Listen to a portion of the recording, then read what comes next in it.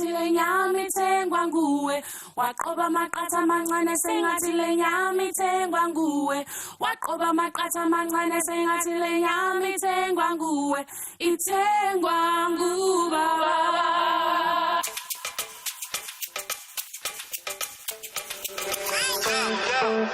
International, from Algeria to Oman, you know how to do.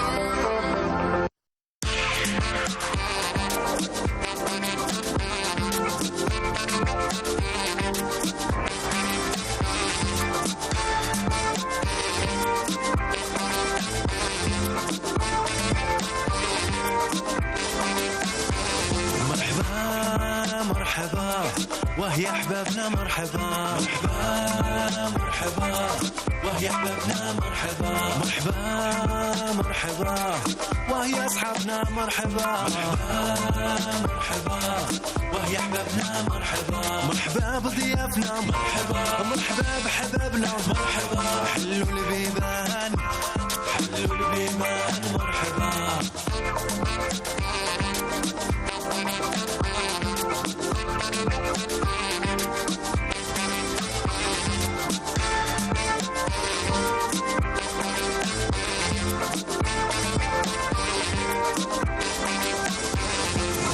دغري ونهار التندام دغري والدك التلام أفريقيا سنتا ترام أفريقيا سنتا ترام دغري ونهار التندام دغري والدك التلام أفريقيا سنتا ترام أفريقيا سنتا ترام إيدي سرا المشلان أيت معار التمدام إيدي سرا المشلان أيت معار التمدام إيدي سرا المشلان أيت مع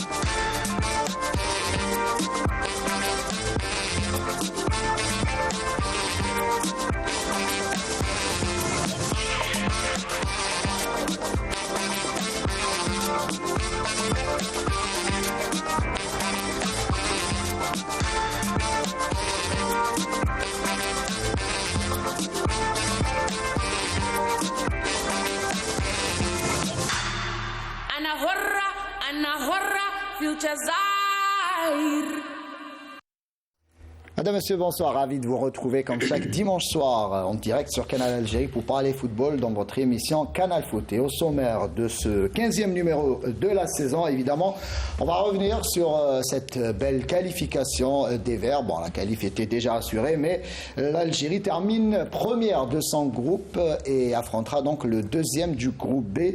Ça sera vendredi au stade de Berré en attendant de connaître évidemment l'adversaire dans quelques minutes. On reviendra sur ce match avec les déclarations de Medjid Bouguer ainsi que les joueurs de l'équipe nationale. On fera aussi le point sur les autres groupes avant donc en tout cas avec l'entame de cette troisième journée donc qui se poursuivra donc demain et après-demain. Et pour parler de tous ces sujets, j'ai le plaisir d'avoir sur ce plateau un ancien gardien de but du CRB notamment, Khaled Dekimaj. Khaled, bonsoir. Bonsoir Saïd, ça me fait vraiment plaisir d'être avec vous et surtout avec mon coach d'il y a 32 ou 33 ans avec qui j'ai commencé à m'entraîner en tant que gardien de but. On va le laisser tout à l'heure parler de vous un petit peu, parler de vos débuts notamment en tant que gardien de but. Merci en tout cas Khaled d'être avec nous et toujours présent avec nous, toujours disponible, Salah Bayaboud. Salah, bonsoir. Bonsoir Saïd, bonsoir à tous. Directeur média de la FAF. Officier média de la sélection nationale. De la sélection. Pas que de la sélection nationale. Enfin, des sélections nationales. Des sélections. Après, voilà, éventuellement d'autres sélections. D'autres sélections. Merci Salah d'être avec nous comme à chaque fois. Notre consultant Abdenour Kawa. Abdenour, bonsoir. Bonsoir Saïd, bonsoir Khaled et bonsoir notre ami Aboud et surtout à Sarah qui a mis ses tresses aujourd'hui. Chose promise, chose due, hein, l'a fait. Et bonsoir nos amis téléspectateurs. Aujourd'hui, nous avons avec nous justement une journaliste qui nous vient tout droit du Cap-Vert. Voilà. Puisqu'elle a déjà visité le Cap-Vert. On va parler portugais, Sarah Delbel. En tout cas, dans 5-4 ans, ça aide. Avec cette tresse à l'africaine, les bijoux à l'africaine, en tout cas, on est en mode. Et comme l'a souligné Abdenour Kawa, Sarah a tenu promesse. Il m'a lancé le défi, Abdenour. Et ben voilà. Défi accepté, Saïd. Bonsoir Saïd, bonsoir messieurs et bonsoir à nos téléspectateurs. En tout cas, aujourd'hui, vous représentez l'Afrique. Et l'Algérie, justement, vit au rythme de l'Afrique depuis déjà quelques jours avec ce CHAN qui a débuté le 13 janvier et qui se poursuivra jusqu'au 4 février avec cette finale attendue au stade Nelson Mandela de Berrari. On espère évidemment voir l'Algérie prendre part à cette finale. En tout cas, c'est bien parti au vu des résultats. Et avant justement de revenir sur la rencontre d'hier et cette belle victoire une nouvelle fois des Verts, on va commencer avec la première rubrique de l'émission qui concerne Abdenour Kawa, à savoir les 3 points de Kawa.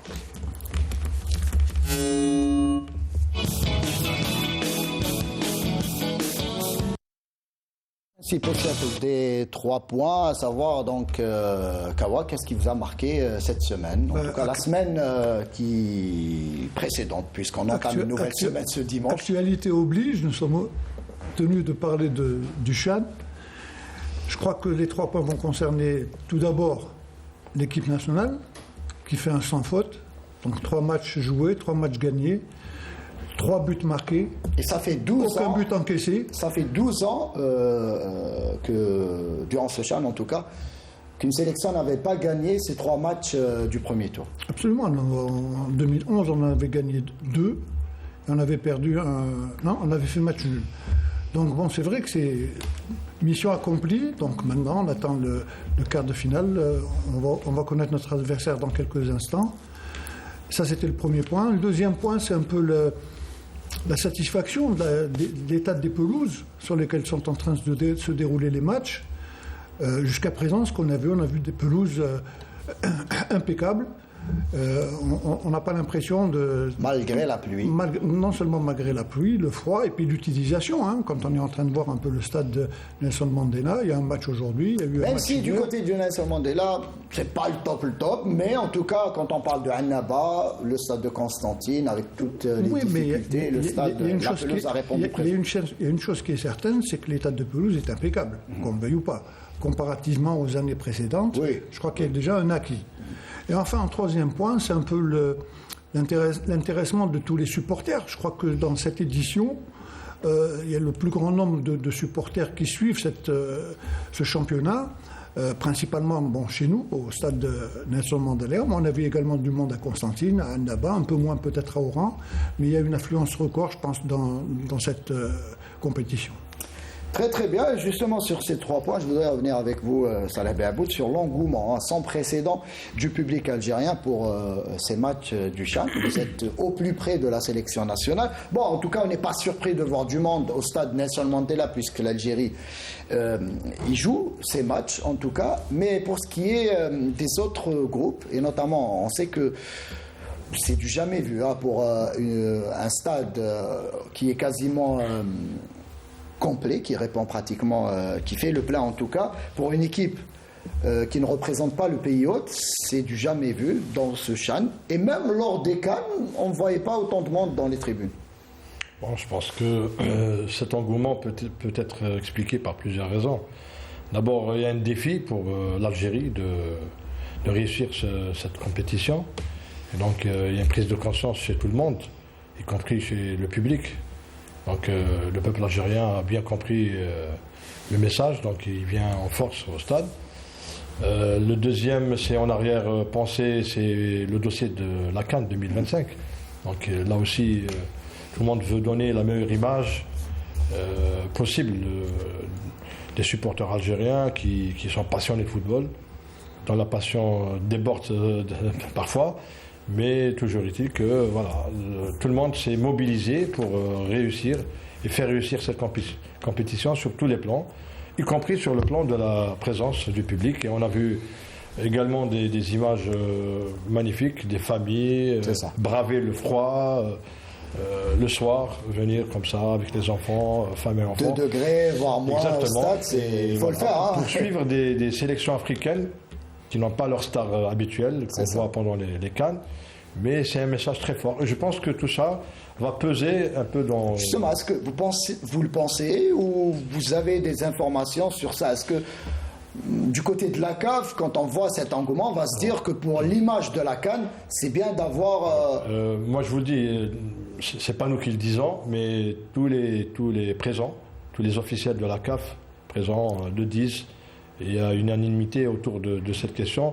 Et puis la preuve, c'est que la Fédération ivoirienne de football a délégué une forte délégation justement pour suivre un peu les péripéties de ce CHAN à tous les niveaux, sur le plan organisationnel, logistique, gestion, médias, etc., pour voir un petit peu tout ce qui se passe en Algérie. On rappelle que la Côte d'Ivoire va organiser la prochaine CAN. La CAN 2023 qui se disputera en janvier 2024. Janvier 2024, effectivement. Et on va passer au match qui a opposé hier l'Algérie au Mozambique. C'était le 3e match du groupe A. On va suivre le résumé de cette partie avec Eliad Belkhaddem et on revient au débat. Mission accomplie pour la team de Majid Bouguera. La sélection algérienne des joueurs locaux termine en tête du groupe A après sa victoire 1-0 contre le Mozambique. Une première place qui lui permettra de rester au stade Nelson Mandela où elle reste invaincue, ce qui ravit l'entraîneur national. Content de la victoire, content des 3 points, content des 9 points, content de ne pas prendre de but. Voilà, et content aussi d'avoir donné l'opportunité à d'autres joueurs de rester concernés pour cette compétition et de faire appel à eux ou de jouer en cas de truc. Donc, mais voilà, l'état d'esprit, ils ont rien lâché jusqu'au bout. Ça c'est très bien, une compétition ça se gagne. Voilà, donc bravo aux joueurs. Et maintenant le plus dur reste à faire, on est en quart de finale. Idem pour les Mozambicains, qualifiés également, ils terminent 2e de ce groupe. Ils iront à Constantine disputer leur quart de finale. Cela sera contre le premier qualifié du groupe C. Bouguera a effectué un grand turnover pour disputer ce 3e match. Il a choisi de laisser au repos pas moins de 8 titulaires habituels en offrant la chance à 8 remplaçants qui avaient jusque-là peu ou pas joué. Le but pour le coach, faire gagner du temps de jeu à ses jokers, mais aussi de la confiance et des sensations dans ce magnifique stade Mandela où les Verts commencent à trouver leur repère.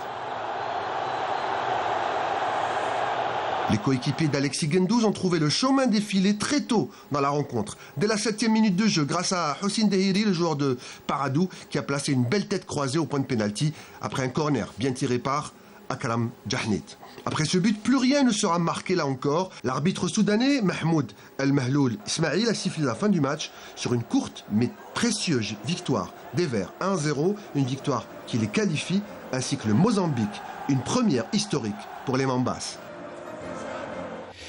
Belle victoire des Verts malgré, on va parler tout de suite, dans quelques instants, on va un petit peu décortiquer le jeu de l'équipe nationale durant ce premier tour au CHAN. Je vais commencer avec vous, Khaled Dikimeh, justement sur cette partie. Il fallait en tout cas pour les Verts au moins décrocher le match nul pour s'assurer la première place. On a eu le gros lot avec donc cette 3e victoire en 3 matchs pour l'équipe nationale. Comment avez-vous trouvé la prestation de l'équipe nationale? Non, déjà, la chose la plus importante, c'est que le coach a pu quand même changer 8 joueurs sur les 11 par rapport au précédent match, et ça c'est une chose très importante pour le groupe, parce que comme ça permet quand même d'intégrer tout le monde, c'est-à-dire d'intégrer tout le monde de le groupe, et que tout le monde va participer, Inch'Allah, s'il y a victoire, tous les joueurs vont se sentir concernés, intégrés, voilà, ils sont intégrés dans le projet. Et puis ça a permis aux titulaires de se reposer un petit peu, donc ils ont vraiment bien fait le job. Bon, pour moi, à part Draoui qui a fait tous les matchs, Keddad n'a pas fait le premier match. Le gardien, bon, pour moi, le gardien en général, on ne le change pas, parce que le gardien, il est là.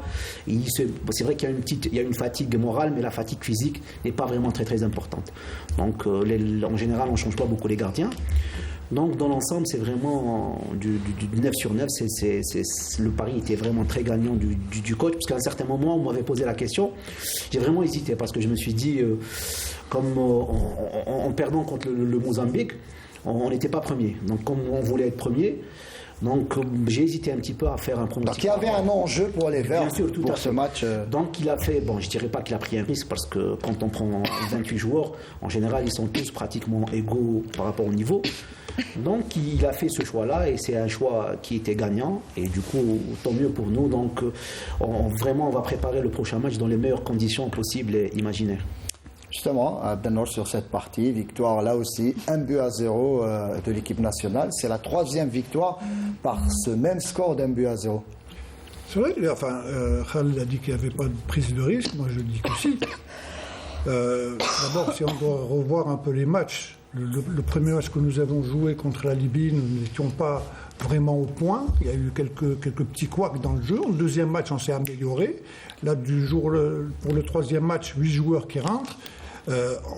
On n'a pas senti la différence en quelque sorte, hein, jusqu'à la 65e minute où les Mozambicains ont forcé le jeu, ils nous ont obligés à... C'était obligé en tout cas d'attaquer pour essayer de gagner. Là, Majid a fait un réajustement en faisant rentrer Mérizek pour essayer de récupérer le milieu de terrain. Mais c'est une prise de risque, mais Paris réussit. Il fallait le faire, il a osé le faire, et c'est tant mieux puisqu'on a réussi à gagner le match. Maintenant, la confiance, c'est vrai que quand on a un groupe de 26 ou 28 joueurs, on utilise 15, 16 joueurs, le reste c'est un peu... Là, il fait confiance un peu à tout le monde, et les joueurs en sont conscients. Vous savez, un joueur observe. Et là, Majid a réussi maintenant, moi je pense qu'il a réussi à gagner tout le groupe, et les joueurs se donnent à fond pour essayer d'aller le plus loin possible. Voilà, et ça va permettre à tous les joueurs de tout donner Salah pendant ce CHAN, puisqu'ils sont tous impliqués. Le coach a montré que tous les joueurs sont impliqués. Tous les joueurs, il a dit aussi que tous les joueurs sont importants dans ce CHAN. Carrément. D'abord, ça a été depuis le début pour Majid Bouguera et son staff d'avoir une certaine façon de gérer le groupe. Déjà, de par leur charisme, de par leur vécu, leur statut d'ex-internationaux, donc ils connaissent bien ce genre de détails, donc ils ont toujours su gérer, même avec un groupe de joueurs, parce que souvent il y a eu des stages avec 30 joueurs, donc ils ont pris cette habitude, et puis c'est tout le monde qui est impliqué, et la preuve, puisque sur ce 3e match on a eu que le gardien Guindouz, Keddad en défense, et Dalaoui au milieu de terrain qui ont joué, donc il a fait tourner son effectif. Et on n'a pas senti vraiment un grand changement puisqu'ils sont restés sur... Dans le jeu, on n'a pas senti que c'était... Parce qu'en fait, c'est les mêmes joueurs qui jouaient les matchs amicaux. Oui, à chaque fois, il faisait tourner son effectif, il donnait la chance à tout le monde. Et puis, dans le discours, dans le travail quotidien, et quand même, on est à la 15e ou 16e séance d'entraînement, ce qui n'est pas rien. Donc, le travail qui se fait déjà à l'entraînement est très important. Souvent, on dépasse les 2 heures de travail par... Il a même parlé de drone et tout. Oui, bien sûr. Enfin, tout l'arsenal est utilisé. C'est vrai, on l'a vu à CDMOSA, exactement. Voilà, c'est vraiment super important. Quand on parle du plan tactique, justement, vous savez, aujourd'hui, le football a énormément évolué. Et ce qu'on peut constater aujourd'hui, c'est que maintenant, il y a des logiciels spécialisés dans le travail tactique. À l'époque, c'était le tableau noir, c'était la craie, et puis on faisait tellement de croix, tellement de flèches, qu'en fin de séance, on se disait c'est un tableau de Picasso. Même au stade Nelson Mandela de Baraki, un tableau numérique. Pour les coachs, un écran qui permet de... Non, mais là, il y a des logiciels qui, en fonction du système de jeu, voilà, qui ne sont pas donnés par rapport au prix, mais ça aide énormément quant à l'évolution, quand on veut mettre en place un système, ça aide énormément. Et moi, je pense que tout le travail qui a été fait, c'est pas le fait du hasard. Hein. C'est une équipe qui travaille depuis pratiquement 1 année et demie, sinon plus. C'est vrai qu'il y a eu des départs, mais là, je pense que les meilleurs joueurs du championnat national sont présents aujourd'hui. Tout à l'heure, Khaled a parlé de gardien de but. C'est vrai que le gardien de but, c'est un peu spécifique. Quand on voit Guendouzi... On va parler du gardien de but on va en parler dans quelques instants. Moi, je voudrais revenir et rester sur le staff technique. Vous parliez de l'importance, justement, d'avoir un staff étoffé. Il le dit si bien, Salah Behabout. Majid Bouguera, avec toute l'expérience qu'on lui connaît, notamment dans le championnat, que ce soit en Angleterre, où il a joué quelques matchs en Angleterre, mais aussi avec les Glasgow Rangers, donc on va dire un style plutôt british, le Jamal Mesbah, un style italien, Karim Matmour, un style allemand, australien. Ouais, une pige de 4 mois en Australie. Donc, mais c'est beaucoup plus la rigueur allemande. Et le dernier, l'entraîneur des gardiens, Momo Benhamour, qui a joué au Paris Saint-Germain, pour les jeunes qui ne le savent pas. Donc c'est toute cet amalgame et cette panoplie. Pour revenir à ça, quand on constitue un staff, le plus important, bon, mis à part la compétence, bien entendu, il y a ce qu'on appelle l'intimité des gens, la confiance qui puisse placer l'entraîneur en chef avec ses adjoints. Donc il y a tout un arsenal qui doit être positif pour le bon rendement de l'équipe. Qu'est-ce qu'ils peuvent apporter? Je vais reposer la question tout à l'heure à Khaled. D'avoir tous ces styles dans le staff technique, qu'est-ce que cela peut réellement apporter au staff technique? Justement, Saïd, au jour d'aujourd'hui, peut-être Salah il sera d'accord avec moi, on parle plus du truc teamwork. C'est-à-dire maintenant, c'est plus 1 ou 2 ou 3 personnes. C'est vraiment parce que vous êtes en train de parler que des gens qu'on voit. Oui, par contre, derrière, il y a le préparateur physique, il y a les kinés. Oui, c'est tout un staff. On salue tout le monde, évidemment. Les kinés. Donc vraiment, c'est un ensemble. C'est un ensemble qui est derrière cette équipe pour essayer de faire en sorte qu'on arrive au bout. Qu'est-ce qu'ils peuvent apporter? Chacun apporte son style. Est-ce que c'est comment ça fonctionne? C'est pas une question de style, c'est une question de compétence. Chacun est compétent dans ce qu'il sait faire. Et puis, il y a aussi de la complémentarité. Juste pour... C'est ce que Majid a dit d'ailleurs. Cette question a été posée à Majid Bouguera. Je vais poser une question à Salah. Justement, c'est quoi le rôle de tout un chacun? Voilà, j'allais poser la question. Merci, Khaled. Parce que je sais que Matmour, il est plus dans le travail avec les attaquants. Est-ce qu'il y a un premier, deuxième, troisième adjoint où ils sont tous au même niveau ou c'est quoi le travail de tout un chacun? Il n'y a pas de premier ni de deuxième adjoint. Donc, ils sont tous adjoints, ils sont tous entraîneurs à part entière et ils sont complémentaires. Il y a beaucoup d'échanges, ça parle beaucoup, ça échange beaucoup. Et c'est ça aussi. C'est plus des amis que réellement. Oui, la complicité, elle aide justement à briser toutes les barrières. En plus de Félix Texier, Vincent Texier qui est préparateur physique. Exact. Vous avez ceux qui s'occupent de la vidéo, de l'analyse. Donc c'est un staff assez étoffé, complémentaire et surtout compétent, qui a du recul. Parlez-nous des tâches consacrées aux joueurs. Bon, par exemple, à Matmour, j'imagine qu'il travaille avec les attaquants. Sur ça, on est sûr. Disons qu'ils travaillent pratiquement tous la même chose, mais est-ce que Mesbah beaucoup plus la défense? Très bien. Et Karim Matmour sur le plan offensif. Il nous manque un Mehdi El Hassan pour le milieu de terrain, par exemple. Karim peut faire les deux. Mesbah également. Mesbah, on connaît le style de jeu de Mesbah. Il est beaucoup plus offensif. Ouais, il a joué piston gauche. Il a joué assez souvent. Ce qui est également bien, c'est qu'ils écoutent après les matchs, ils débriefent, et puis ils écoutent aussi ceux qui ne sont pas forcément dans le staff, qui ont un œil comme ça externe. Ça, c'est Jamal Belmadi, par exemple. Entre autres, mais par exemple, hier, j'ai entendu une longue discussion entre Majid et Lafir Saifi, par exemple. Ah, ça, c'est analyste sur une chaîne privée. Ouais. Voilà, privée. Donc, il y a tous ces échanges-là qui enrichissent justement l'analyse du staff technique et avoir un peu le recul nécessaire pour entrevoir la suite et le travail. Et ça, c'est un exemple, là, avant de vous laisser poser la question, Saad Delben. C'est un exemple, et c'est bien de voir ces anciens joueurs avoir, déjà leur permettre de travailler et de contribuer justement à l'essor du football national, notamment avec l'équipe à prime. Et j'ose imaginer que dans le futur, ces mêmes joueurs pourraient constituer un jour, pourquoi pas, le staff technique de l'équipe. Ce qui est bien avec ces joueurs-là, c'est qu'ils ont joué au plus haut niveau, à un moment donné, chacun dans son club, dans un pays, dans plusieurs pays, mais aussi. Ce qui est important, c'est qu'ils ont fait des formations. Ils sont toujours en formation. Je pense que je peux vous donner, je ne sais pas, peut-être je pense qu'ils ont aussi la légitimité. Et ça, c'est super important. Oui, bien sûr, la légitimité, le respect. Parce qu'ils ont toujours répondu présent quand il y a eu l'appel de l'équipe nationale et dans des conditions très difficiles. On les connaît tous, les conditions qu'il y avait avant. C'est pas les conditions. C'est surtout les diplômes, c'est important de le souligner.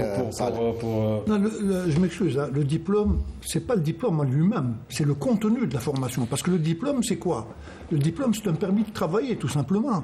C'est un peu quand on est en stage, qu'est-ce qu'on récolte comme enseignement? C'est ça qui est le plus important. Quand on est en train de voir, quand on parle de formation, la formation, c'est pas 3-4 jours, hein, c'est une formation continue. Exactement. Donc, il y a des recyclages, il y a des contrôles, donc c'est pas... Bien sûr.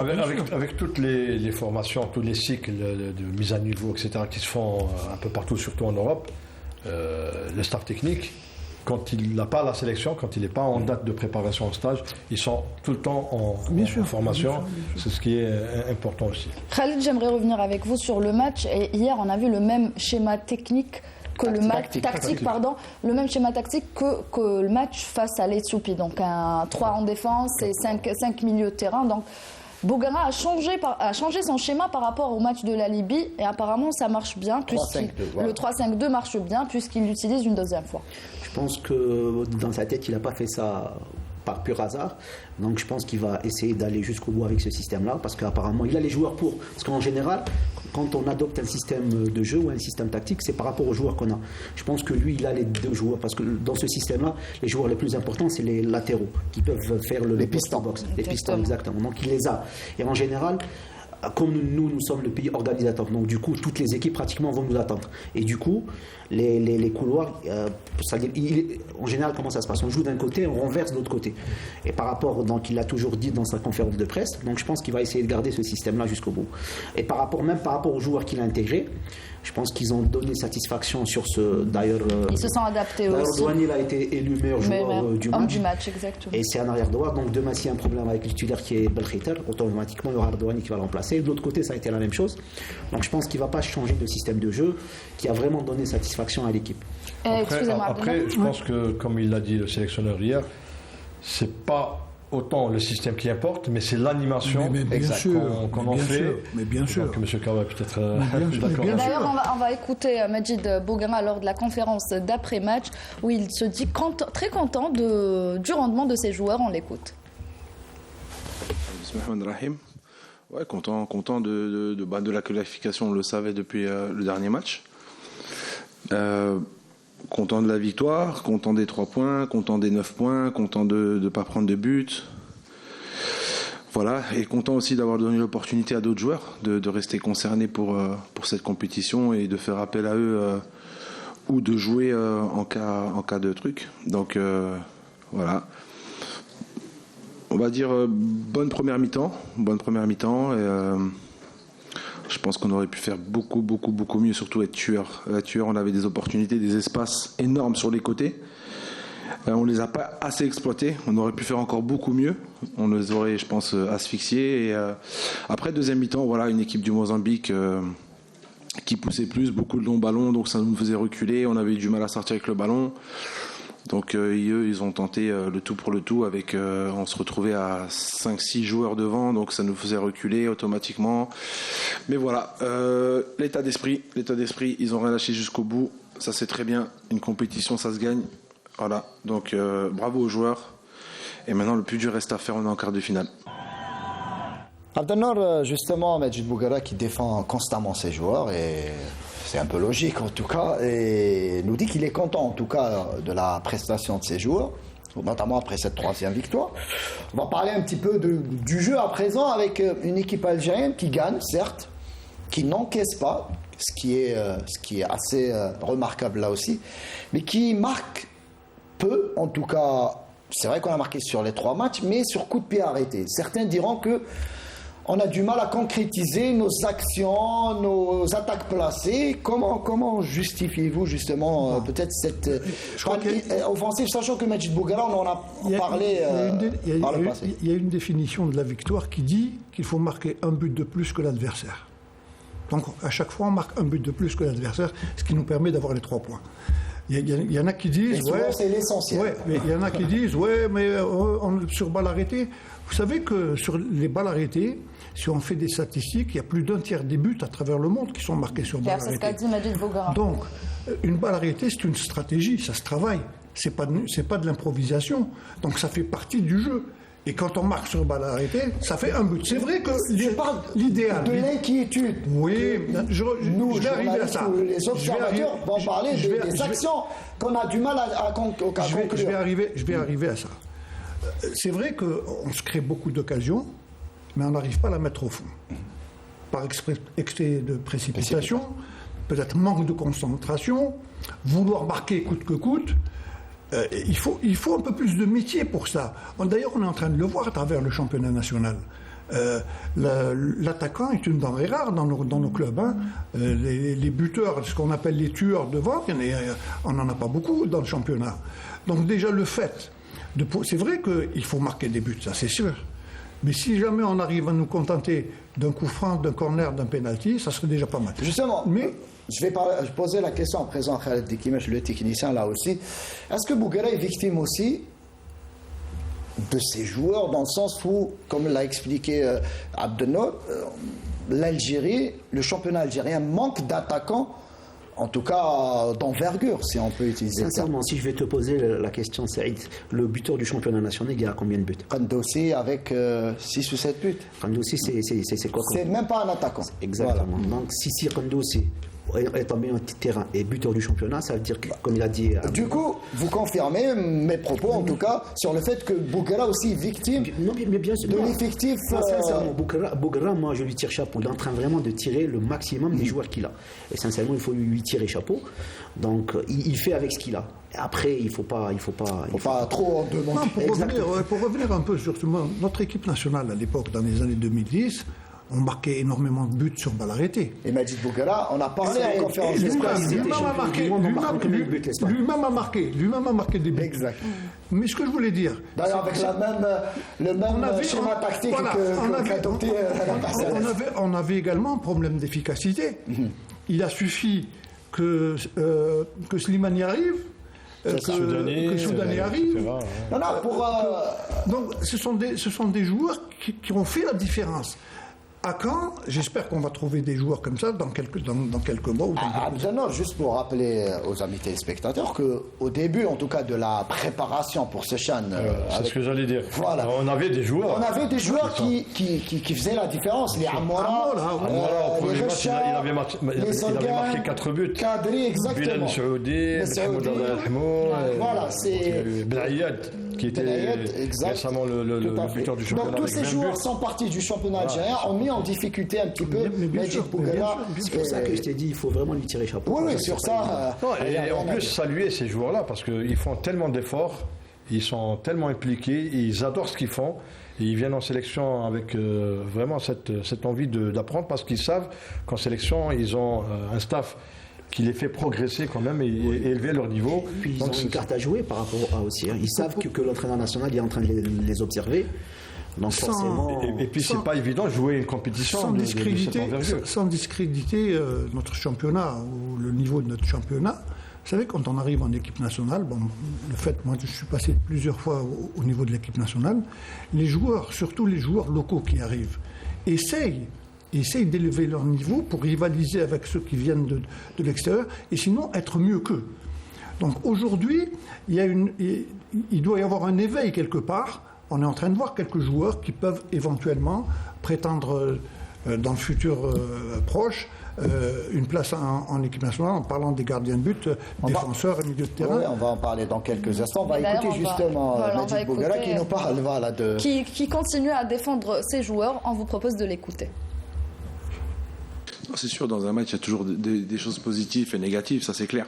C'est vrai que sur ce match-là, on était plus basé sur un jeu plus direct et très rapide sur les côtés. Après, sur les deux autres derniers matchs, après, je sais pas, chacun voit le football de sa façon. Voilà, si vraiment vous avez un œil d'analyse tactique, de technicien, analysez bien le match de la Libye et le match contre l'Éthiopie. Vous verrez des fois qu'il y a des conservations de quasiment 2 minutes, ou qu'il y a des mouvements, ou qu'il y a la cohérence tactiquement. Mais en fait, je pense que les gens voient que la finition. Voilà, faut finir. Si on finit pas, ça veut dire que voilà, on joue pas bien au ballon. Écoutez, moi je vous mets au défi, mettez en comparaison mes joueurs par rapport aux autres équipes. En termes de fond de jeu, d'essayer de jouer, même si on n'arrive pas toujours dans les 30 derniers mètres à être efficace dans la dernière passe, mais il y a quelque chose. Donc voilà, chacun est libre de faire ce qu'il fait. Nous, on est confiants, on sait comment on travaille, on sait ce que les joueurs donnent, on connaît leur détermination, leur qualité, leurs défauts. Et après, voilà, le plus important, c'est de gagner. Hein. C'est de gagner, et c'est sûr que une équipe nationale comme ça, locale, comme je vous l'ai dit, c'est des joueurs talentueux qui ont perdu beaucoup de temps en termes de formation. Et voilà, mais moi je pense que non. Moi je pense que c'est des joueurs qui ont la capacité de jouer, qu'ils ont joué. Après, je ne sais pas si en Algérie c'est comme ça, mais j'ai l'impression que le premier, quand il lance une mode, oui, ils ont mal joué, tout le monde répète la même chose, ah, ça va. Respectez un peu les joueurs, c'est des joueurs qui sortent du championnat local, qui ont du mal, qui galèrent. Faut leur tirer le chapeau. Ne parlez pas de fond de jeu, encouragez-les, parce qu'à chaque conférence de presse, moi c'est pas un coup de gueule, hein, c'est pour eux. Moi vous pouvez me critiquer, il n'y a aucun souci, moi ça me fait aucun effet, mais c'est par rapport à eux. À chaque conférence de presse, oui mais Naksa, oui mais nanana, oui mais encouragez-les. Vous connaissez d'où ils viennent. Et là ce qu'ils font c'est extraordinaire. Regardez les statistiques depuis qu'on a commencé avec eux. On est peut-être à 21 victoires, 2 perdus, 6 nuls. C'est pas rien. Donc restez positifs. Restez positifs, encouragez, même s'il y a des choses négatives, parce que je le sens. Je sens qu'ils ne sont pas en confiance. Je sens qu'ils ont la pression. Et je sens qu'ils ne sont pas considérés. Voilà, ça c'est mon avis. Moi je suis de l'intérieur. Donc c'est les enfants du pays, ça fait des années qu'on parle du joueur Mahalli. Regardez, ils jouent, ils enchaînent 3 victoires de suite. Oui, mes trucs. Non, restez positifs, attaquez-moi, il n'y a pas de souci. C'est pas grave, moi je suis un petit entraîneur. C'est de ma faute, mais en tout cas, eux, respectez-les. Salah Bey, je vais commencer avec vous. Majid Bouguera m'a surpris hier. Moi, le connaissant, Majid Bouguera, il a une faculté, Majid, en tout cas depuis qu'il était joueur en équipe nationale, c'est le gars qui accepte toutes les critiques et toutes les questions des journalistes. Et là, depuis le début du CHAN, on le sent un peu contrarié par certaines questions des gens, des médias. On peut le comprendre.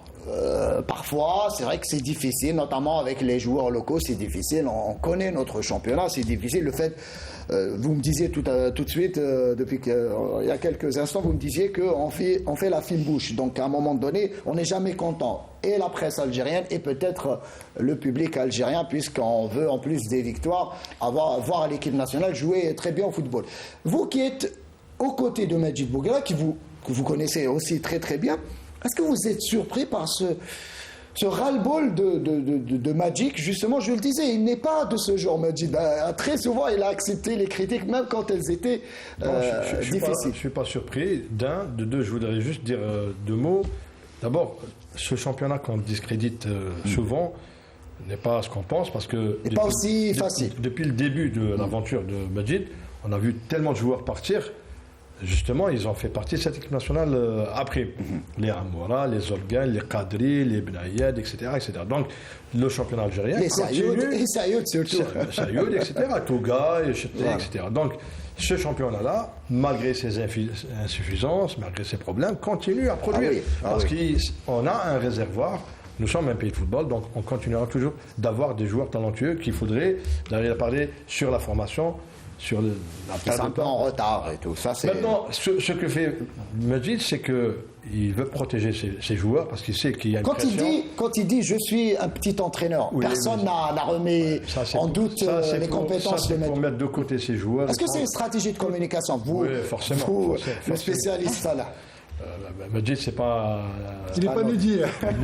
Donc il sait comment faire, il sait comment gérer ce genre de compétition. Il sait que là, on est passé d'une phase de poule à un match à coup près, donc à élimination directe. Donc il veut mettre ses joueurs à l'abri de toute pression. C'est une manière d'envoyer des signaux pour la presse, histoire de.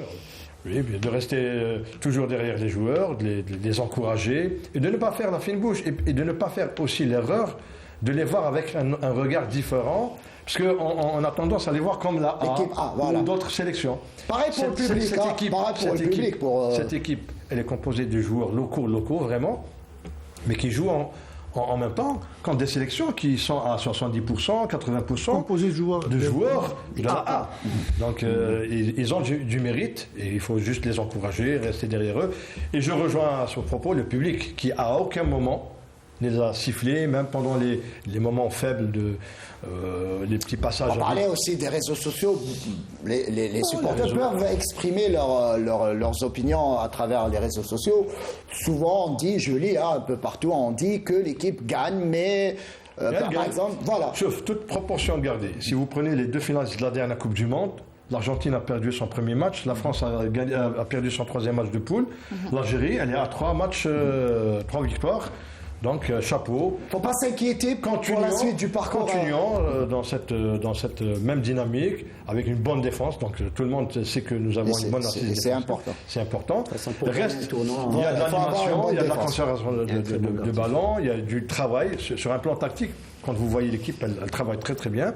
Maintenant, reste un petit peu cette finition devant les buts, où il faut être tueur. Je pense que ça va venir.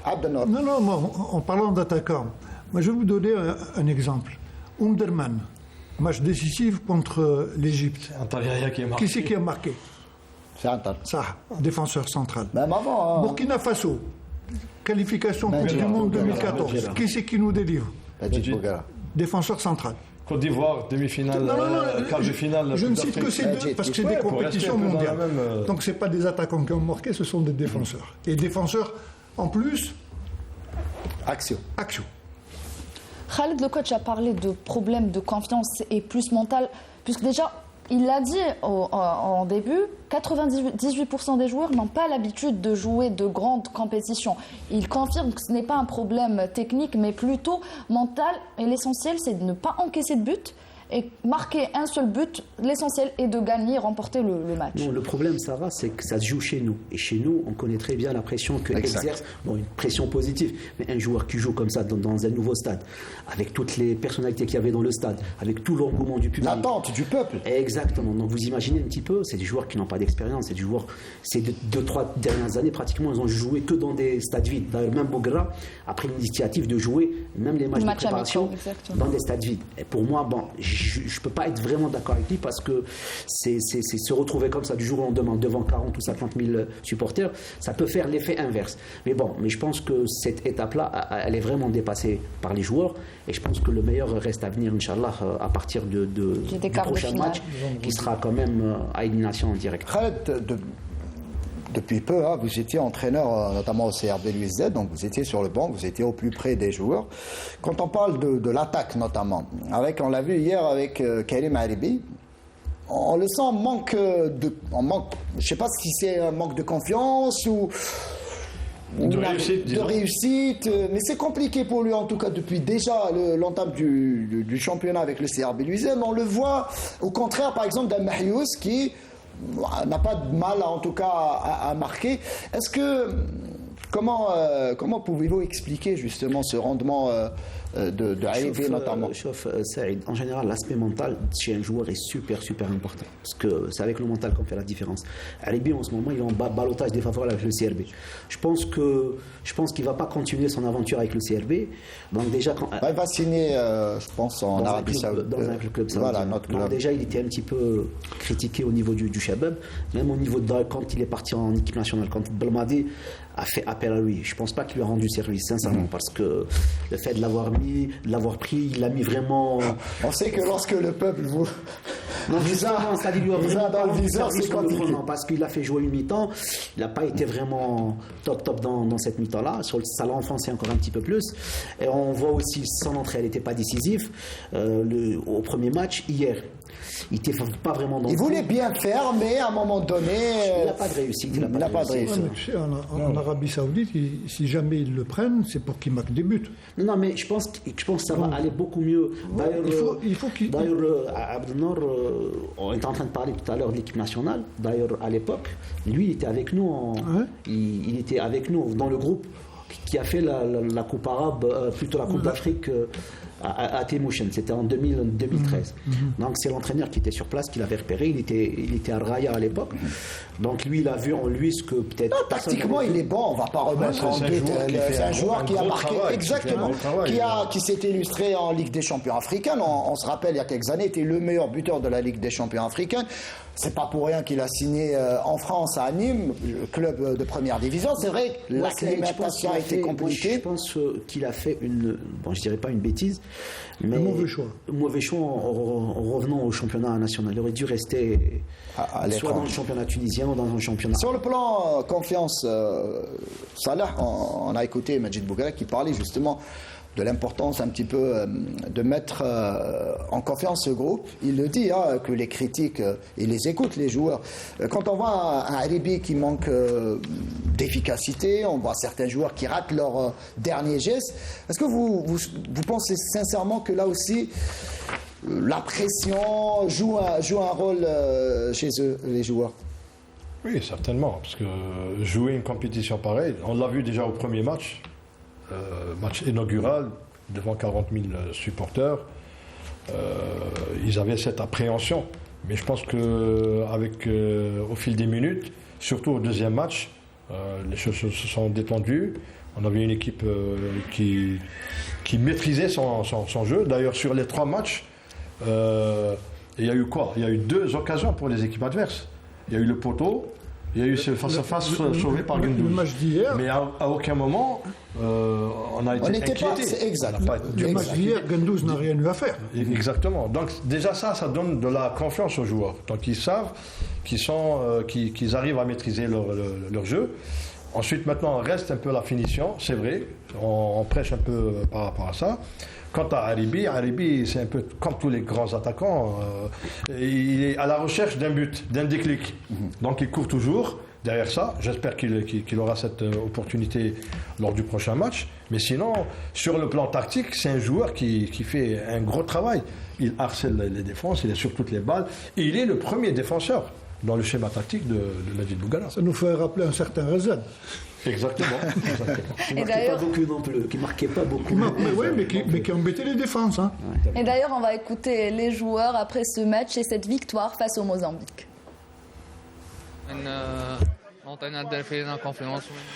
Alhamdoulilah, l'entraîneur nous a fait confiance et on a fait notre travail.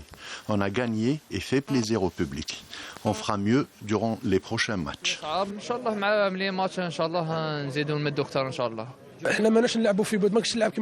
On ne joue pas dans un championnat. C'est un tournoi et les adversaires jouent pour la plupart avec leurs équipes A. On n'est pas satisfait de notre rendement à 100%. Le plus important, c'est de gagner et d'engranger les points. On réalise de bons résultats, même si on ne marque pas beaucoup de buts. On a encore du boulot. Les prestations vont s'améliorer. مي الاداء ان شاء الله راح يتحسن وكما قلت رانا نلعبوا مع منتخبات وطنيه يعني رانا نلعب مع منتخبات اولى ماناش نلعبوا مع منتخبات محليين. الحمد لله اليوم الشتاء ولا Alhamdoulilah, même s'il pleuvait beaucoup, le terrain était impeccable et le public merveilleux. On donnera le maximum pour rendre ce public heureux. احنا ما نبخلوا بحتى حاجه احنا رانا هنا في خدمه المنتخب الوطني. Et pour ce qui est du match des quarts de finale donc, que disputera l'équipe nationale vendredi au stade Nelson Mandela de Berraqi à partir de 17h. Pour l'instant, en tout cas, il reste quelques minutes à jouer. Ça sera la Côte d'Ivoire. Donc l'adversaire des Verts, ça sera la Côte d'Ivoire. On aura la confirmation dans quelques instants. On va terminer un petit peu avec l'équipe nationale. Avec vous, Khaled Dikimesh, on a écouté les joueurs. On sent en tout cas chez les joueurs, et ça, on n'en cache pas en tout cas, on les a vus, les joueurs déclarer après et le premier match et le deuxième, et voire même ce troisième match, parler de la coupe, de remporter cette coupe d'Afrique, malgré la difficulté de la tâche. De toute façon, l'objectif était annoncé dès le départ par l'entraîneur, par les joueurs, par tout le monde.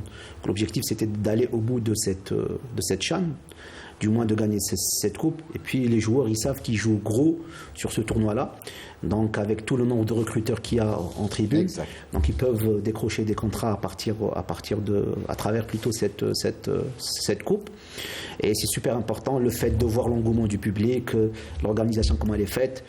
Donc on est vraiment, je dirais pas qu'on est condamné à la gagner, mais on est dans l'obligation. Vous mettez de la pression sur les joueurs. Condamné à gagner, attention. On est obligé d'aller au bout. Il ne va pas dire la même chose, ça là. C'est l'objectif. C'est bien de tracer des objectifs. Voilà. Tu joues chez toi, devant ton public, dans de beaux stades, tous les ingrédients sont réunis. Donc l'objectif ne peut être que d'aller au bout et de gagner cette coupe. Après, chaque match a sa vérité, ses données, il y a des adversaires à respecter. Donc, voilà. Et le niveau n'est pas si faible que cela. On a vu le Sénégal qui joue actuellement et qui bat justement le RDC Congo 3-0. Une équipe du Sénégal qui a fait en tout cas forte impression en ce CHAN. Et justement, vous parliez du public, justement l'attente du public, que ce soit ici à Alger avec le stade Nelson Mandela qui affiche tout le temps complet. Et pour le CHAN, c'est pareil. Hein, donc avoir une telle affluence dans les stades, mais aussi un peu partout dans le pays, notamment à Constantine. On va voir la réaction de certains Algériens après la victoire des Verts hier. Les Verts ont fait un très bon match hier face au Mozambique. Ils ont très bien joué. J'espère qu'ils arriveront en finale et pourquoi pas remporter ce CHAN. J'ai vu le match de l'Algérie face au Mozambique. Je suis très contente pour cette qualification. J'espère que l'Algérie remportera la coupe. Félicitations à l'équipe d'Algérie et Inch'Allah يربحوا la CHAN, la coupe. Grâce à ces 3 matchs gagnés, ils nous ont rendus très fiers.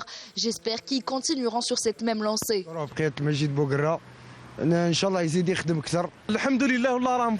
Bravo à notre équipe nationale et à Medjid Bouguera. Je leur souhaite beaucoup de succès lors de ce CHAN. C'est Constantine et pas Genève, pour ceux qui auraient pu. Ceux qui ont pensé que c'était. On va se dire, toute cette neige qui est tombée en Algérie, en tout cas, c'est bien d'avoir toute cette pluie, cette neige, alhamdoulilah, en tout cas. Voilà, on l'a entendu, effectivement. Et fin de match, en tout cas, du côté de Berraqi, avec la victoire de la Côte d'Ivoire. Donc, 3-1 devant l'Ouganda. Et donc, Algérie-Ouganda. Côte d'Ivoire ce vendredi au stade Nelson Mandela de Berraqi à partir de 17h cette fois-ci et non pas 20h. Un mot sur ce match-là. Mais je reviens à ce que disait, condamné à gagner. Non, mais ça va être un match très difficile, hein, ça c'est certain. La Côte d'Ivoire qui a commencé ce CHAN assez timidement, en tout cas. Est-ce que c'est une question de gestion? Est-ce qu'ils ont géré leur match de cette sorte-là pour qu'ils puissent aller beaucoup plus loin? Ça m'étonnerait. Parce que là, ils ont joué... là, ils devaient gagner avec 2 buts d'écart pour espérer se qualifier. Donc je pense que ça a été une qualification très très difficile. Maintenant, on a un jour de plus de récupération, c'est important. Puis on n'a pas fait jouer tous nos joueurs. En plus, on n'a pas fait jouer la majorité des joueurs. J'allais dire qu'on avait l'avantage du stade, mais aujourd'hui, l'équipe... En quart de finale, en demi-finale et en finale, le physique va jouer un rôle beaucoup plus important que lors des trois matchs que nous avons joués. On va terminer avec Khaled. On parlait du poste de gardien de but. Guendouzi, Et je vais vous donner la parole. Je sais que vous allez parler de Alexis Guendouzi. Deux gardiens. Deux gardiens, exactement. Alexis Guendouzi qui, en tout cas, on n'avait pas de doute un petit peu sur ses compétences, en tout cas sur ses qualités. Mais franchement, il m'a bluffé, en tout cas, par sa zen attitude. Voilà, en tout cas, c'est un gardien qui a prouvé qu'il avait du potentiel. Il a sauvé l'Algérie à 2 reprises lors du premier match face à la Libye avec un arrêt magistral et notamment lors du deuxième aussi face à C'est ça l'Éthiopie. l'étoffe des très bons gardiens, c'est qu'ils sont pratiquement pas sollicités pendant le match et dès qu'ils sont sollicités, ils répondent présent. Et puis il ne faut pas oublier aussi qu'il a une très très bonne carte à jouer par rapport à l'équipe nationale A, parce que Mboulhi, bon, il va pas faire, je pense qu'il est vraiment vers la fin, il est vraiment plus vers la sortie que Mboulhi, donc il sait qu'il a vraiment une carte à jouer, il a 25 ans. Vous pensez que justement que Guendouzi peut être le numéro 1, le gardien numéro 1 des Verts dans un avenir très proche? Non. Un avenir très proche, je ne pense pas. Mais il peut postuler à une place de numéro 3 au jour d'aujourd'hui. Numéro 3? Oui. Donc vous le voyez derrière Landrea ou Kidja? Parce que chauffe Saïd en général en équipe nationale, c'est surtout le poste de gardien de but, c'est super compliqué. Parce que les gens ils se posent la question pourquoi Mboulhi il est resté titulaire? Parce qu'il y a des habitudes, il y a des affinités avec les défenseurs. C'est super compliqué. Et il n'a pas vu ça que chez nous. À un certain moment en Europe, il y avait le gardien de l'Angleterre. Calamity James. Calamity James. Il était remplaçant dans son club et qui jouait titulaire en équipe d'Angleterre. Donc ça c'est un poste très important. Donc je pense que dans un premier temps je pense qu'il va intégrer l'équipe nationale A et à partir de là le temps on verra avec le temps ce que ça peut donner. Un mot sur Guendouzi, on en a parlé la semaine dernière, mais là aussi il continue. On l'avait ramené. Il était avec nous il y a quelques semaines de ça. L'avantage qu'il a par rapport peut-être à certains de nos gardiens de but, c'est qu'il a une formation en France. Donc tous les fondamentaux. Formé à Saint-Étienne. Donc tous les fondamentaux et tout, c'est quelque chose d'acquis. Malheureusement, nous chez nous, Khaled a travaillé au CRB, il y a des gardiens seniors. On est en train de leur refaire pratiquement tous les fondamentaux. Donc, d'abord, il a le gabarit. C'est vrai que dans les matchs, là, il n'a pas eu grand-chose à faire. Khaled a dit qu'il a eu des arrêts déterminants. Mais des arrêts déterminants pratiquement en fin de match. C'est ça. Donc, ça demande une concentration énorme, parce qu'il ne faut pas se relâcher.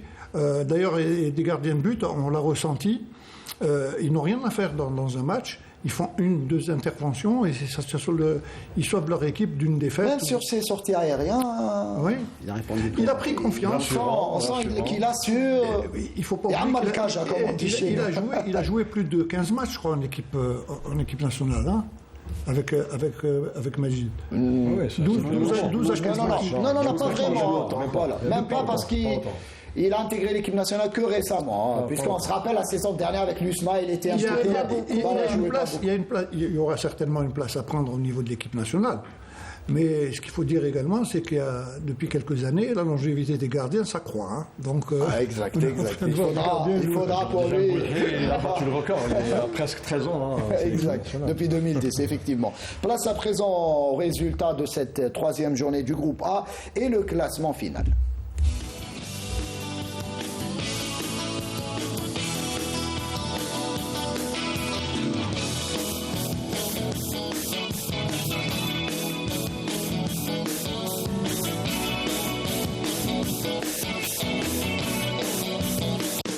Les matchs Algérie et Côte d'Ivoire ont toujours été spectaculaires. Salah Beyabout, vous parliez tout à l'heure justement d'une forte délégation présente en Algérie ivoirienne. Le match sera lancé dès demain, en tout cas, je pense. Apparemment, bien qu'ils sont venus pour autre chose, quand même. Ouais, en tout cas, ils seront derrière leur équipe, c'est clair. Très bien. On va passer à présent au groupe E et D, justement, des groupes qui se jouent du côté de la ville d'Oran. On va voir ce sujet réalisé pour nous par Nordine Hani, qui est à Oran, qui nous fait le point justement sur ces deux groupes avant la 3e journée prévue après-demain. Voilà. C'est à Oran que se clôturera le premier tour du CHAN avec les derniers qualifiés pour les quarts de finale. Deux groupes, le D et le E, sont établis à El Beïa. Dans le groupe D, on attendra le dernier match mardi entre le Mali et la Mauritanie pour connaître qui passera au quart de finale. une victoire de l'une des deux équipes sera synonyme de qualification directe. Dans le cas d'un nul, les 3 équipes du groupe terminent avec le même nombre de points et ce sera les calculs de but ou de fair play qui fera la différence entre le Mali, la Mauritanie et l'Angola.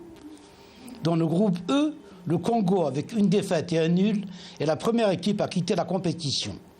Ce sera donc la rencontre entre le Cameroun, qui reste sur une victoire contre le Congo, et le Niger, avec un match nul, qui désignera le dernier qualifié. Un match nul suffit aux Camerounais. Le Niger, lui, devra sortir le grand jeu et battre son adversaire s'ils espèrent continuer la compétition. Belle soirée en perspective qu'abritera le magnifique complexe Miloud Hadfi. Ça discute dans le plateau, Le sur terrain. le plateau plutôt. Le terrain d'entraînement. Le terrain d'entraînement, je vais sortir les cartons rouges en tout cas. Là, ça discute pas mal sur le côté droit avec Il y a déjà notre du amie rouge, hein. africaine Voilà, il y a Sarah du rouge. Delbel qui fait un petit peu avec Abdelnour aujourd'hui. Ça parle beaucoup, Abdelnour. C'est plus Abdelnour. Moi, je dirais que c'est plus Abdelnour. Hein. Ouais, mais c'est de la c'est de la complicité, ils ont l'habitude de jouer ensemble. Exact. C'est des automatismes. Voilà, on a parlé de ces groupes E et D avec le Cameroun donc qui domine le groupe E devant le Niger et la République du Congo. C'est fini pour le Congo qui 2 défaites. c'est bon, 2 défaites.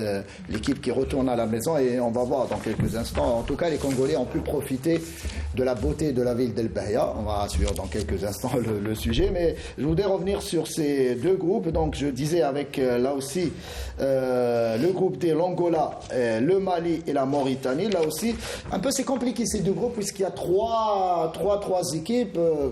Un seul qualifié. Un seul qualifié, donc à un moment donné, si tu perds les 2 matchs, tu rentres à la maison. Abdelnour sur ces 2 groupes, l'Angola qui domine le groupe D avec 2 points, voilà, devant le Mali. Le Mali qui est finaliste lors de la précédente édition, Mais on avait vu un beau match, hein. On avait vu un beau match du Mali, malheureusement, bon, il faut impérativement, s'ils veulent se qualifier, gagner ce match-là, ça c'est certain. Jouer 2 matchs. L'idéal, c'est de les remporter tous les 2, mais éventuellement d'en gagner un et de faire un match nul. Hein. C'est la seule façon de pouvoir se qualifier. Et demain là aussi, groupe C. Il y a un seul match. Voilà, Demain, il y a un seul match. Il y a le Madagascar qui affronte le Soudan. Madagascar qui est une surprise. Hein. Belle équipe. Qui a gagné le premier match face au Ghana. Enfin, surprise, pas beaucoup, parce qu'on a vu déjà la mais c'est sa sélection première A. Coupe d'Afrique. Oui, mais c'est sa première participation. Oui, à sa ce première, jeu. voilà. Mais il y a un travail qui est fait du côté de la fédération malgache, là aussi, qui fait un excellent travail. Un match nul du Madagascar demain. Il les fait passer. Il les fait passer, effectivement, pratiquement en tête du groupe, évidemment, Sarah Delbel. Vous avez parlé du Congo, Saïd, et les Congolais qui profitent de l'occasion pour visiter un peu l'Algérie et visiter la ville d'Oran. Donc on vous laisse le découvrir à travers ce sujet de Saïd Fellak. L'esplanade de Santa Cruz d'Oran, premier arrêt pour la délégation congolaise présente en Algérie à l'occasion de cette 7e édition du Chan lors de sa sortie touristique.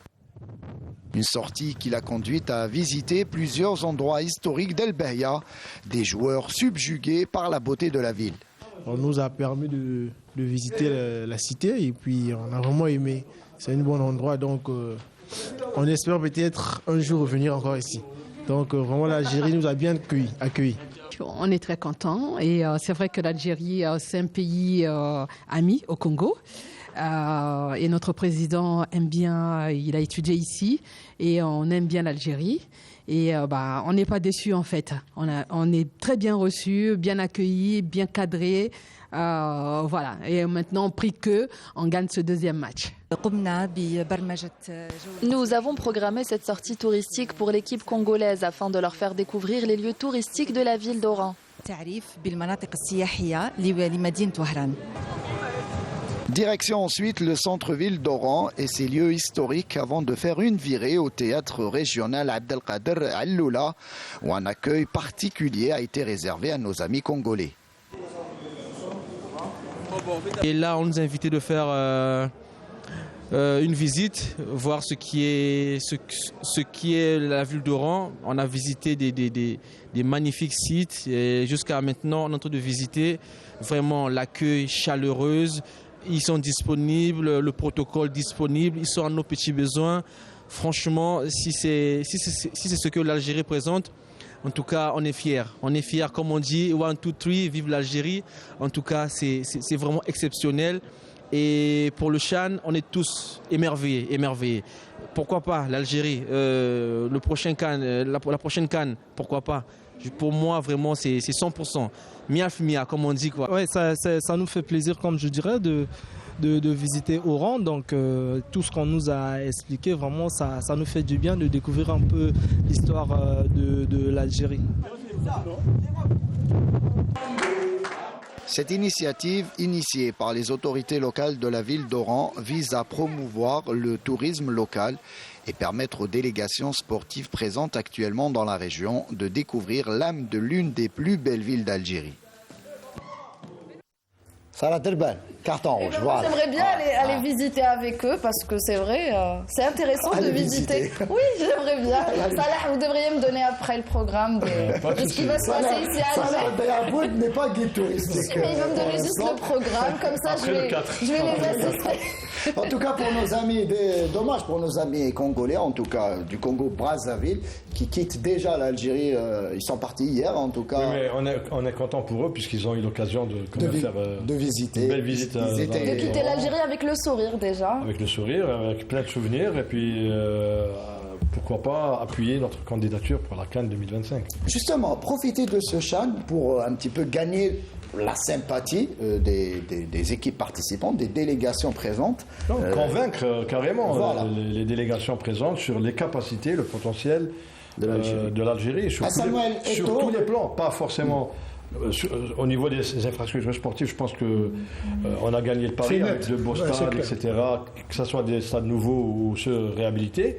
Mais le reste c'est l'hébergement, le transport, les aspects touristiques, l'accueil, l'engouement, les services. Je pense qu'on est quand même un pays qui est capable d'organiser la CAN. Déjà vu les hôtels dans lesquels sont hébergées les différentes délégations, c'est des hôtels luxueux et même toutes les délégations sont impressionnées par ça.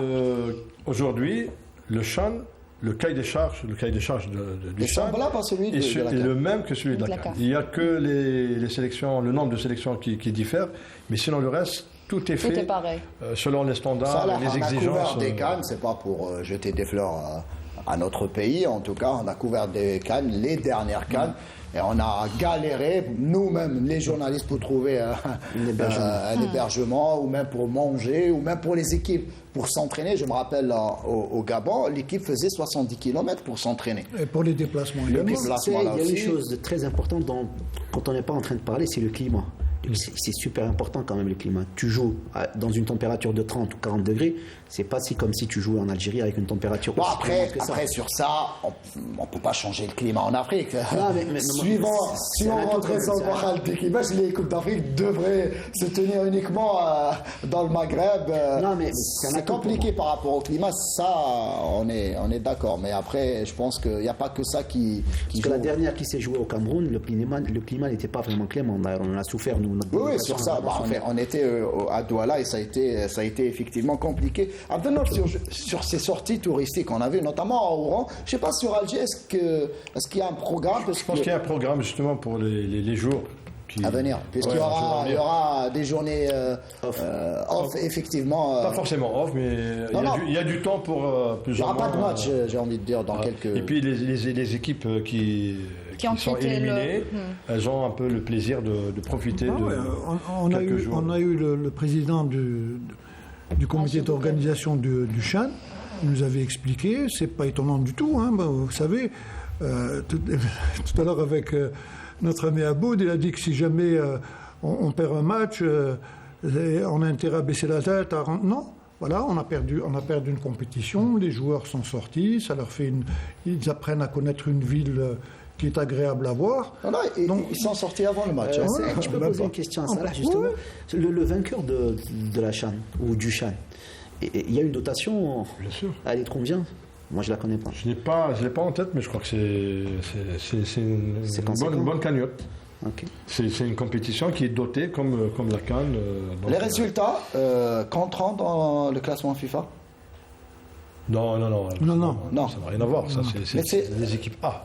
Mais le CHAN Non. n'est pas considéré comme une équipe A. Je me rappelle, lors du CHAN de 2011... Non, ça n'a... Ah ouais? Non. Peut-être, je vais m'enseigner. Je pensais que c'est une compétition qui est ouverte aux joueurs locaux. Mais par contre, moi j'ai appris une chose, et ça serait une très bonne chose. Il paraît que si jamais cette compétition se perpétue, c'est pas si joueurs, si elle va continuer. Non, pas pour la prochaine. Il y a un projet. Tous les joueurs africains qui jouent dans les pays africains, c'est-à-dire si jamais un Sénégalais qui joue en Tunisie ou un Tunisien qui joue au Maroc pourrait participer. Ça sera une résolution qui sera prise. Ça serait formidable. Prochainement, ça serait par le COMEX de la CAF. Ça serait formidable. Ça a été discuté en marge justement de ça va élever encore le niveau davantage. Et Saïd, on a parlé de l'engouement des supporters algériens. Et là, on va parler des Africains qui sont là en Algérie à travers ce sujet de Sid Ahmed Bouraïb. La bonne organisation du championnat d'Afrique des Nations des joueurs locaux et le nombre record de spectateurs dans les tribunes n'est pas passé inaperçu pour la communauté africaine et les étudiants africains en Algérie. Le CHAN en Algérie, c'est une très très belle initiative pour le futur et pour l'avenir. Donc voilà, ça fait déjà longtemps que l'Algérie n'a pas organisé de compétition. Le CHAN ici en Algérie, premièrement, je trouve que c'est bien organisé.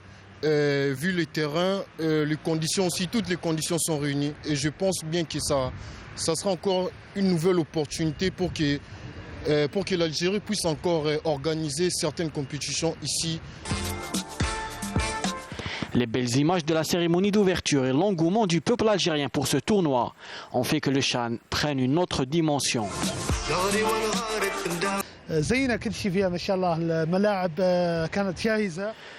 Tout est beau dans ce CHAN, les stades sont magnifiques. Cette compétition ne concerne que les joueurs locaux, mais l'organisation est de niveau mondial et je suis vraiment surpris.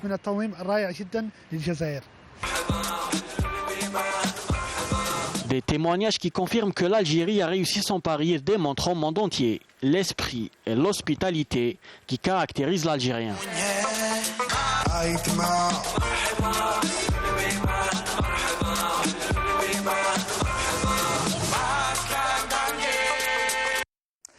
On l'a vu donc avec la communauté africaine établie en Algérie, ou les étudiants là aussi qui sont en Algérie. C'est bien justement à Abdelnour de profiter de cette fête du football africain.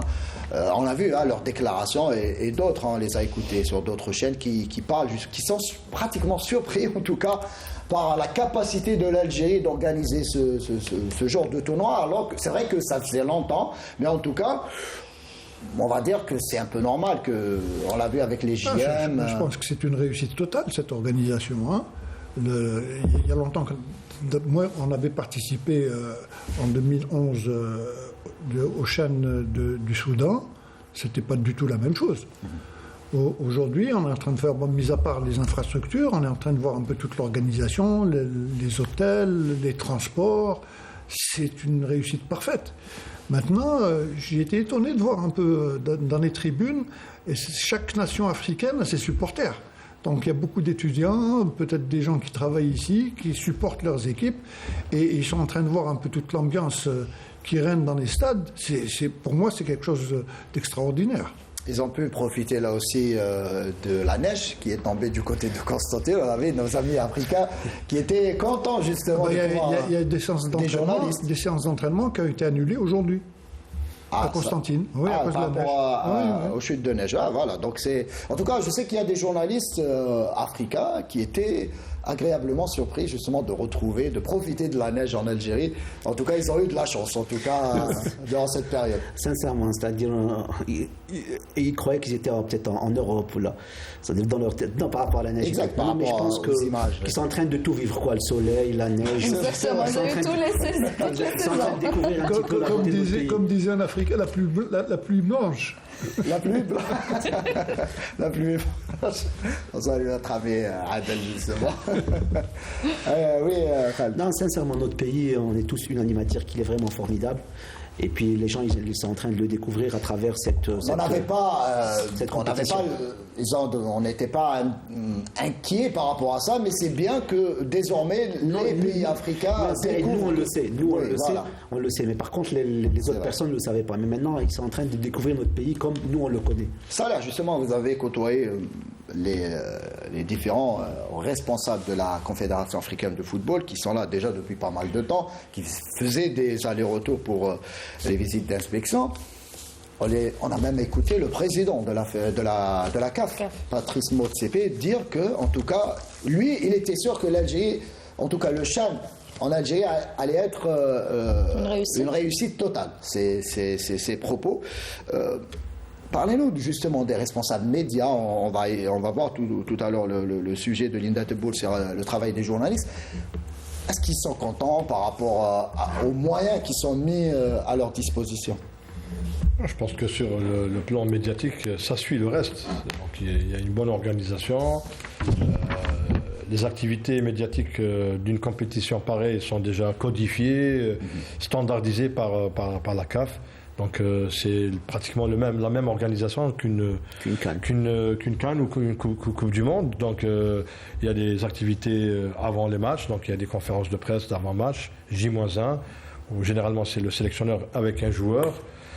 Il y a des zones mixtes, il y a des flash interviews après le match, il y a l'homme du match également, il y a les conférences de presse du meilleur joueur et du sélectionneur après le match, puis la zone mixte où pratiquement tous les joueurs passent et puis peuvent s'attarder pour répondre plus les autres activités connexes qui peuvent être organisées ici et là avec que ce soit la presse nationale, le NTV qui est le partenaire de la Fédération algérienne de football, donc il y a un travail qui se fait également en amont par rapport aux activités de la sélection nationale, mais aussi avec des médias étrangers. On a eu de la Parlez-nous je vais vous poser la question dans quelques instants puisqu'on va suivre le sujet déjà réalisé pour nous par Linda Teboul qui nous parle des conditions de travail des journalistes, notamment les journalistes étrangers ici en Algérie, et on est parti du côté d'Oran justement voir ce travail réalisé par les envoyés spéciaux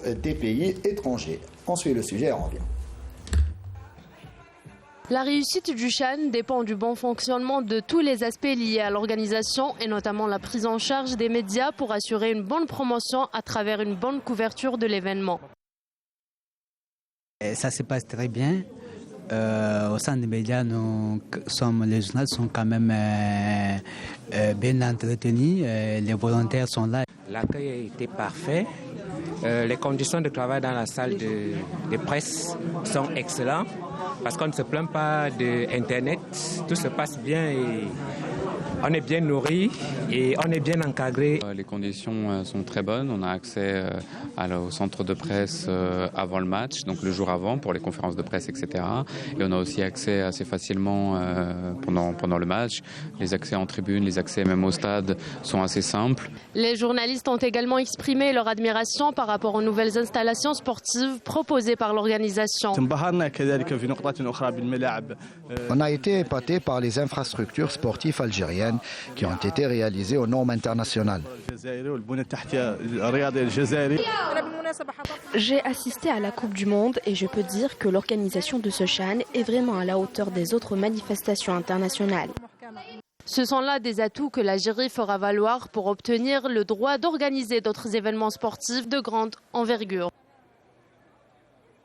Ça va être belle, c'est la dernière fois. Dernier avertissement, la prochaine fois vous allez ramener votre père. Voilà, directement. Vous n'allez plus rester ensemble sur ce côté. Moi je ramène ma mère là. Ça, là, justement, on va rester avec le travail des journalistes là aussi. Il faut rendre hommage aux organisateurs. En tout cas, tous les moyens sont mis à la disposition des journalistes et on les a écoutés, les journalistes étrangers qui ont salué ce travail-là. Oui, d'abord, il y a les conditions de travail. Donc, on a vu que pratiquement tous les stades sont dotés de centres de presse, équipés de tout ce qu'il faut, avec une connexion Internet au débit. Donc les journalistes sont transportés, donc il y a des navettes qui les prennent de leur lieu de résidence vers les stades, vers les conférences de presse. Et je pense que même le comité d'organisation locale a pris l'initiative de négocier avec certains hôtels pour avoir des prix préférentiels pour les journalistes et les mettre à l'aise. Et puis, vous savez, dans une compétition, la presse, les médias, c'est très important parce que c'est eux qui vont véhiculer la bonne image, la bonne organisation d'un pays et d'une compétition. Donc si la compétition CHAN Algérie 2022, ça sera une grande réussite, ça sera également celle des médias parce qu'ils auront à véhiculer. Ah oui, sur ça, c'est... Parlez-nous justement du nombre des journalistes accrédités, notamment à la presse étrangère. Je n'ai pas les chiffres en tête, mais je sais qu'il y a eu quand même 600 journalistes, 400 au niveau national. Et récemment, la CAF a accrédité encore 160 journalistes algériens. Et il reste encore une demande. Exact. Et d'ailleurs, je lance un appel peut-être aux responsables de la CAF d'essayer de voir un petit peu pour accréditer les derniers restants pour compléter un peu la liste. Là aussi, un engouement sans précédent pour ce CHAN. Je pense qu'on n'a jamais eu... En tout cas, le nombre dépasse celui de la CAN. De très loin. Et puis, même des journalistes maintenant de la presse européenne qui sont présents, et qui vont certainement encore venir... notamment à l'approche des demi et de la finale. Justement, Khaled Dikimej, justement sur la réussite de ce CHAN pour l'instant, il reste encore 2 semaines, c'est ça, 2 semaines. La finale, c'est le 4. Voilà, donc 2 semaines. Pour l'instant, tout se déroule parfaitement. On a vu l'organisation a été au top dès la cérémonie d'ouverture et on a vu avec le temps, même les supporters partent au stade en famille. On parlait tout à l'heure de la présence des fans, mais aussi là aussi de la presse étrangère qui loue justement les mérites de l'Algérie et notamment c'est un avantage considérable en prévision de la CAN 2025. Non, sincèrement, la chose la plus importante, c'est de voir beaucoup de familles déjà partir au stade. Ça, c'est super important. C'est-à-dire, on est arrivé à un temps où les gens, en partant au stade, c'est comme si partir au cinéma ou au théâtre. Exact. Et ça, c'est super important. Donc, c'est pour ça qu'on a vu un nombre de familles quand même assez important. Je pense que le plus difficile, c'était le départ. Donc, une fois là, la machine est lancée. Exactement. Donc, une fois que le train est mis sur rail, je pense que tout est en train de se dérouler tranquille, quoi. Donc, Inch'Allah, on va aller jusqu'à la finale dans les meilleures conditions et espérons que l'Algérie ira au bout. Comme ça, il y aura toujours cet engouement du public et de la presse et de tout le monde. Moi, j'aimerais revenir avec Salah sur le prochain match face à la Côte d'Ivoire. Pour ce qui est des blessés, Salah, donc Abdellaoui et Dheri.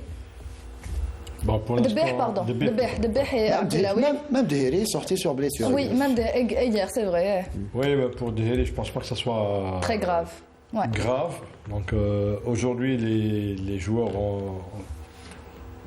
ont récupéré beaucoup plus. Donc il y a un travail de récupération dans la matinée et un peu dans l'après-midi. Les seuls qui se sont entraînés en aparté, c'est Debeh et Abdellaoui parce que chacun a un programme spécifique. Qu'est-ce qu'il a, Abdellaoui, au juste? Abdellaoui, il a la cheville. Bien sûr, la cheville. D'ailleurs, qu'il traîne depuis un moment. Et Debeh, il a eu un problème à l'ischio-jambier. Donc, je pense qu'il va récupérer rapidement. Est-ce qu'il sera présent? Ça, c'est le staff médical qui pourra le dire. Donc, mais la santé du joueur passe avant tout. C'est pour cela qu'il y a 28 joueurs. Donc, il y a des joueurs qui peuvent suppléer. Mais je pense que pour Debeh, il récupère très, très rapidement. Donc c'est très positif pour lui. Peut-être que d'ici les quarts ou peut-être juste après, il sera parmi le groupe. La vente des billets commencera demain, maintenant qu'on connaît le quart de finale? Certainement, ça c'est un volet qui est géré par le comité d'organisation et le ministère de la Jeunesse et des Sports. Je pense que ça a été également une réussite par rapport à ça, puisque tout le monde maintenant commence à s'habituer à cette vente par voie électronique sur une plateforme. Et ça se passe bien. On a vu que le dernier match, on a eu plus de 37 000 places vendues, payantes. Donc c'est très intéressant. C'est une avancée effectivement en matière de... Le problème, c'est que si on avait un stade de 70 000, il y aura toujours une demande pour tout le monde parce qu'il y a un engouement et tout le monde veut assister au match de l'équipe nationale. Il faudra attendre le stade du 5 juillet qui Il y aura des travaux dans ce stade dans quelques années. Ce sera 80 000 spectateurs du côté du stade, de l'autre stade donc de la capitale. Merci. On arrive au terme de cette émission. Merci Sarah Derbel. Merci à vous Saïd. À la semaine prochaine. Inch'Allah. Merci Abdelnour. Merci Saïd. Vous avez été aujourd'hui turbulent. Et bon vent à notre équipe nationale. Merci Salah Boud. On espère vous revoir très très bientôt avec la coupe, pourquoi pas. Juste un mot pour les bénévoles, parce qu'ils sont plusieurs jeunes, et ils sont là pour faire un gros travail.